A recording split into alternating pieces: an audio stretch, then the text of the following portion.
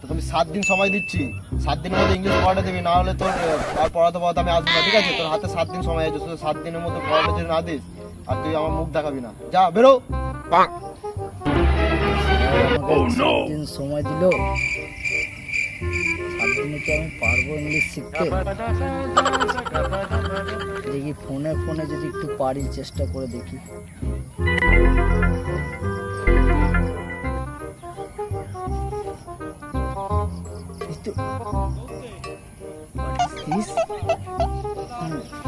শিখে গেছি, স্যারকে গিয়ে বলি,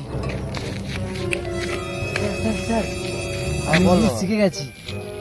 শিখে গেছিস? বাহ বাহ বাহ বাহ বাহ, বল বল বল দেখি শুনি, বল।